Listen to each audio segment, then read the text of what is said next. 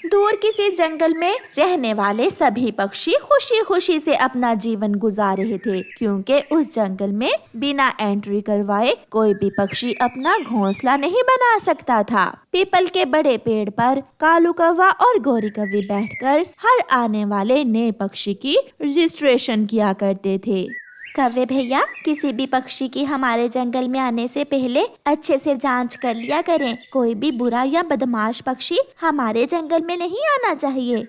चिंता ना करो चिड़िया, मैं अपना काम बहुत ध्यान से करता हूँ। चिड़िया, हम यहाँ बैठकर सारा दिन काम करते हैं, मगर बदले में जो 5 दाने तुम सब पक्षी हमें देते हो उससे हमारा पेट नहीं भरता। मैं तोते और कबूतर से बात करूंगी और आपकी भगार के दाने बढ़ा देंगे। ऐसे सब अच्छे से चल रहा था।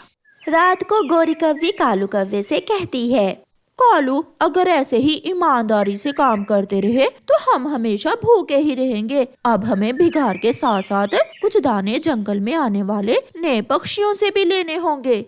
गौरी, वो कैसे? मैं समझा नहीं तुम्हारी बात। मैं कल समझाऊंगी तुम्हें जब काम पर जाएंगे। फिर दूसरे दिन जब कौवा और कौवी पीपल के बड़े पेड़ पर जाकर बैठते हैं तो बुलबुल अपना बैग उठाए वहाँ आ जाती है। हाँ भी बुलबुल, क्या बात है? कौवे जी, मुझे आपके जंगल में अपना घोंसला बनाना है। तुम आई कहाँ से हो और तुम्हारे जंगल में क्या हुआ जो वो जंगल छोड़कर तुम हमारे जंगल में आई हो? कौवे, हमारे पुराने जंगल में आग लग गई थी, सब जल गया, पेड़ भी, घोंसले भी और मेरे 2 अंडे भी उसी आग में जल गए, सब खत्म हो गया। ऐसा कहते हुए बुलबुल रोने लग जाती है। अच्छा, चुप कर जाओ। ठीक है, तुम अपनी रजिस्ट्रेशन मुकम्मल करवा लो। नाम बताओ अपना। बुलबुल, मेरा नाम बुलबुल है। वो तो ठीक है, तुम बुलबुल ही हो, मगर अपना पूरा नाम बताओ। मेरा नाम बुलबुल ही है और मेरे पिता का नाम भी बुलबुल ही था। कालू, मोटी बुलबुल लिख लो, आज से इसका नाम मोटो है। फिर कालू कौवा बुलबुल की एंट्री कर लेता है और उसे नए जंगल में आने की अनुमति मिल जाती है। मोटो, नए जंगल में तुम्हारा स्वागत है, लाओ अब मिठाई दो। मेरे पास तो कुछ भी नहीं है तुम्हें देने के लिए। इसे इतने बड़े बैग में कुछ न कुछ तो खाने के लिए होगा ही, लाओ जो है वही दे दो। फिर बुलबुल अपना बैग खोलकर उसमें से मकई का एक भुट्टा निकालकर गौरी कौवी को दे देती है। इधर उधर देखकर गौरी कौवी मकई का भुट्टा लेकर अपने थैले में डाल लेती है। मोटो, अब किसी को बताना ना जाकर कि हमने तुमसे नए जंगल में आने की रिश्वत ली है। जाओ और बेरी के पेड़ पर जाकर अपना घोंसला बना लो। बुलबुल अपना बैग उठाकर वहाँ से चली जाती है। वाह रे गौरी, पहले ही पक्षी से मकई का भुट्टा ले लिया। अगर ऐसे ही चलता रहा तो फिर दुगनी कमाई होगी हमारी। बुलबुल बेरी के पेड़ पर जाकर अपना घोंसला बनाने लगती है। थोड़ी देर बाद तोता वहाँ आता है। बुलबुल, क्या तुमने एंट्री करवा ली है? हाँ मिठू, पीपल पर बैठे हुए कौवों ने मेरा नाम पता लिख लिया है। तुम यहाँ सुरक्षित हो, वेलकम। अपना घोंसला बनाओ और नए जंगल में नई जिंदगी की शुरुआत करो। फिर कौवे और कौवी को अपनी भगार के साथ साथ रिश्वत लेने की आदत पड़ जाती है। कुछ दिनों बाद बुरा कौवा अपना बड़ा बैग उठाए वहाँ आता है। कौवे, मेरी एंट्री कर ले, मेरे पास इतना टाइम नहीं है।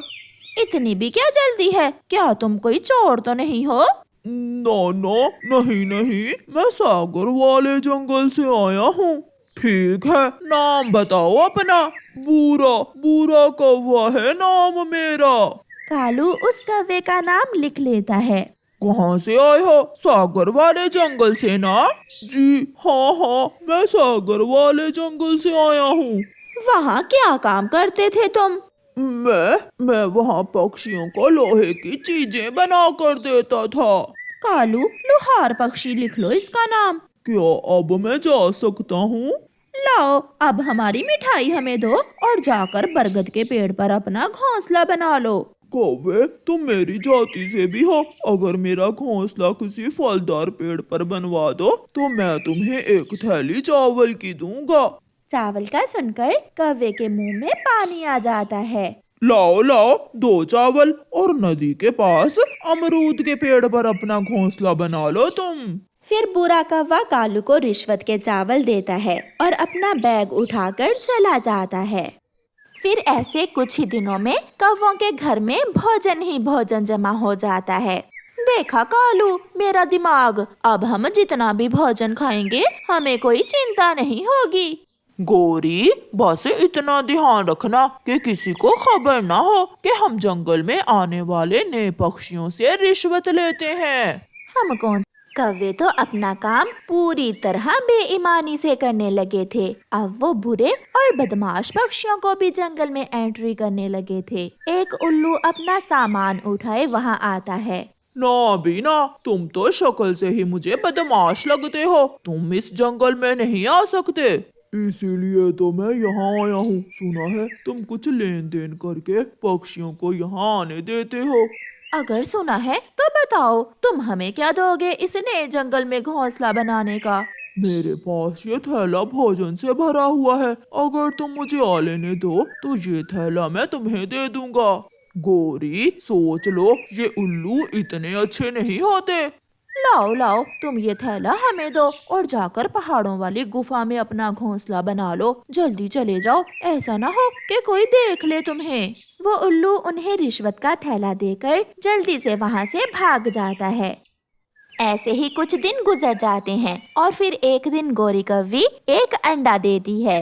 कालू जी, अब तो हमें और भी रिश्वत लेना होगी, क्योंकि आने वाले बच्चे के लिए भी मुझे कुछ चीजें खरीदनी है।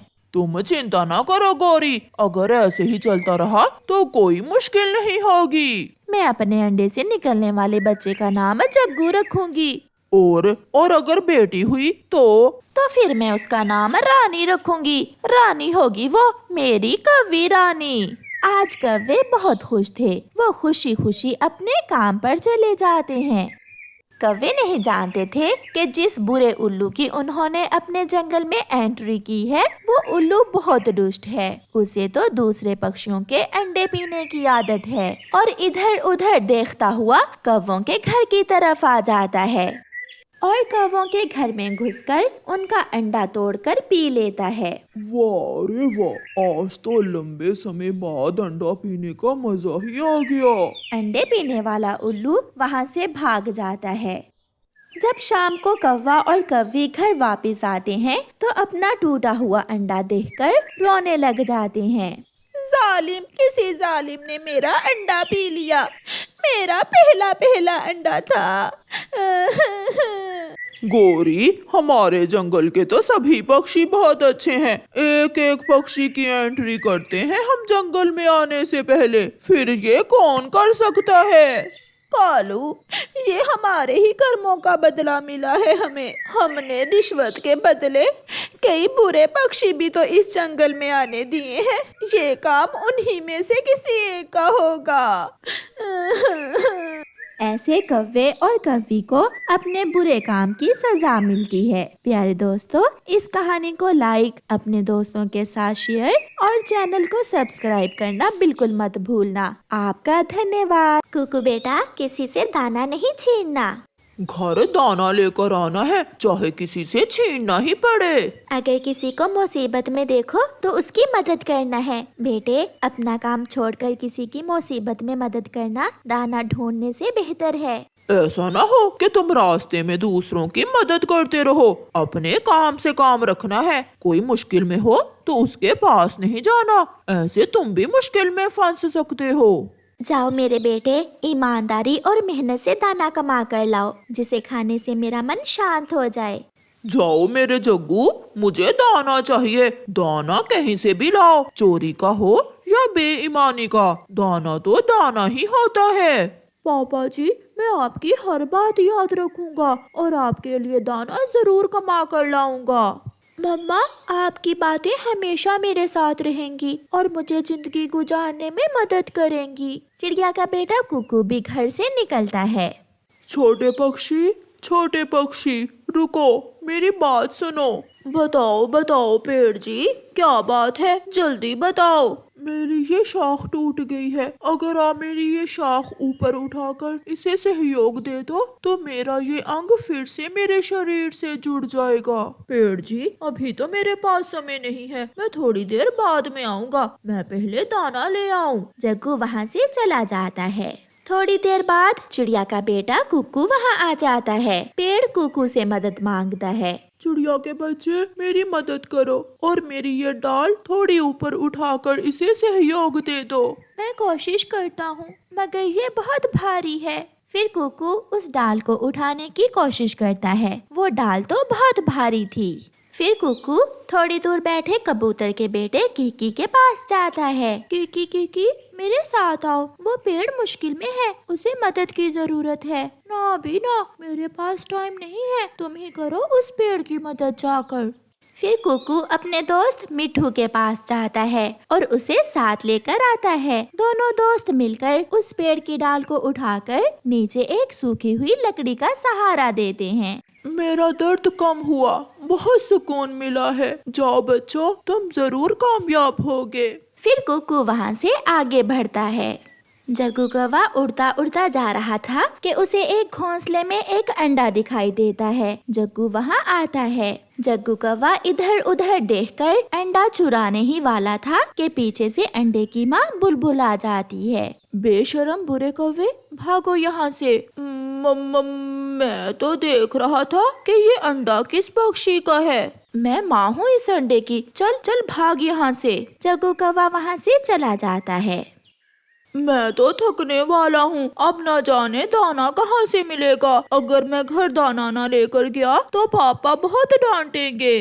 तोता उड़ता हुआ जा रहा था कि उसका एक दाना गिर जाता है। कुकू वो दाना देख लेता है। अंकल, अंकल मिट्ठू, रुके रुके अंकल। मिट्ठू भी वापिस आ जाता है। छोटे बच्चे, क्या बात है? तुमने मुझे क्यों वापस बुलाया है? अंकल, आपका ये दाना गिर गया है, ये उठा ले। छोटे बच्चे की ईमानदारी देखकर मिट्ठू बहुत खुश होता है। क्या आप भी दाना लेने जा रहे हो? हाँ अंकल, मेरी मम्मा ने आज पहली बार मुझे दाना लेने भेजा है। शाबाश बेटा, तुम जैसे ईमानदार पक्षी हमेशा कामयाब होते हैं। मिट्ठू चला जाता है और कुकू अपने रास्ते पर होता है। जग्गू तो इंसानों की बस्ती की तरफ निकल गया था। बूढ़ा इंसान बैठा अपनी रोटी खा रहा था। अगर दाने की जगह किसी तरह ये रोटी मैं पापा के लिए ले जाऊं तो पापा बहुत खुश होंगे। जग्गू ऐसा सोचते हुए वहाँ बैठकर मौके का इंतजार करने लगता है। बूढ़ा इंसान पानी लेने मटके के पास जाता है तो जग्गू कौवा उड़ता है और उसकी रोटी पर हमला करता है। बूढ़े इंसान के पास खड़ा उसका बेटा एक पत्थर उठाकर सीधा कौवे को दे मारता है, जिससे जग्गू कौवे का पंख घायल हो जाता है। वो उड़ता रहता है मगर रोटी उसके पंजों से छूट जाती है और जमीन पर गिर जाती है। दुष्ट कौवे, छोटे तो छोटे, अब तो ये कौवे बड़ों से भी भोजन चुराने लगे हैं। जग्गू को बहुत दर्द महसूस हो रहा था। वो बहुत मुश्किल से उड़ रहा था। चिड़िया का बच्चा किसान के खेत में जाता है। किसान वहाँ काम कर रहा था। कुकू किसान की पत्नी के पास जाता है।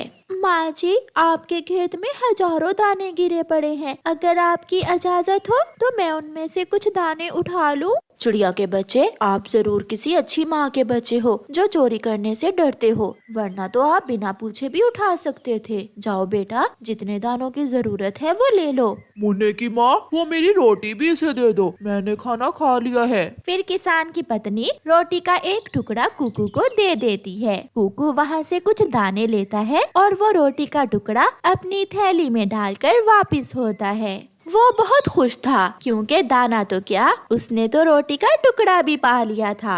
जग्गू की नजर एक घोंसले में जाती है। वहाँ एक फल पड़ा था। जग्गू कौवा अपना समय जाया किए बिना वहाँ जाता है और जल्दी से वो फल उठाकर वहाँ से भाग जाता है। जग्गू बहुत खुश था क्योंकि उसने अपने पिता को खुश करने के लिए मीठा फल हासिल कर लिया था। कुकू वापिस आ रहा था कि मिट्ठू तोता उसे आवाज देता है। कुकू, कुकू बेटा, ये अमरूद आप ले जाओ। मगर क्यों अंकल, क्या आप ये फल नहीं खाएंगे? बेटा, मैं आपको आपकी ईमानदारी का बदला देना चाहता था, इसलिए मैं आपको ये फल दे रहा हूँ। आपका बहुत बहुत धन्यवाद अंकल मिट्ठू। कुकू फिर से उड़ता है। थोड़ी दूर वो पेड़ जिसकी कुकू ने मदद की थी, वो पेड़ कुकू को रोक लेता है। क्या आपका दर्द कम हुआ है? मैं अब बिल्कुल ठीक हूँ, इसलिए तो मैं आपसे बहुत खुश हूँ। ये लें, ये मेरा फल आप ले लें। ये फल मैंने बहुत संभाल कर रखा हुआ था। कुकू पेड़ से वो बड़ा फल ले लेता है। जग्गू भी घर पहुंच गया था। मम्मा पापा, ये देखें मैं आपके लिए क्या लेकर आया हूँ। कालू देखो देखो तो, मेरा बेटा मीठा फल लेकर आया है। बन गया, मेरा बेटा कामयाब पक्षी बन गया है। मुझे विश्वास था मेरा बेटा मेरी तरह कोई बड़ी चीज ही लाएगा। कुकू अपनी थैली से एक रोटी का टुकड़ा निकाल कर अपनी माँ को देता है, और फिर पेड़ का दिया हुआ बड़ा मीठा फल, फिर दाना, और फिर मिट्ठू का लाल अमरूद। इतनी सारी चीजें देखकर मम्मा चिड़िया बहुत खुश हो जाती है। कुकू बेटा, क्या मैं इन्हें विश्वास से खा सकती हूँ कि इनमें से कोई भी चीज चोरी की नहीं है? हाँ मम्मा, ये सब मेरी मेहनत और ईमानदारी का सिला है। फिर कुकू अपनी मम्मा को रास्ते की सारी बातें बताता है कि कैसे उसने ये सब हासिल किया। जग्गू मीठा फल तो ले आया था, वो भी किसी के घोंसले से चुरा कर, मगर थोड़ी ही देर बाद उसके पंख में दर्द शुरू हो जाता है।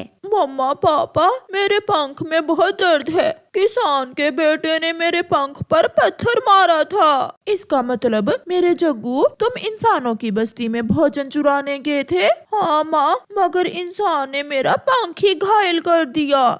फिर कालू अपने बेटे के पंख पर पट्टी बांधता है। ऐसे जग्गू और कुकू अपना अपना पहले दिन का भोजन लेकर आते हैं। ये तो उनका पहला दिन था। अभी तो उनके आगे एक लंबी जिंदगी बाकी थी, जो उन्होंने अभी गुजारनी थी। प्यारे दोस्तों, हमेशा ईमानदारी से काम लें और मेहनत करें। आपका धन्यवाद।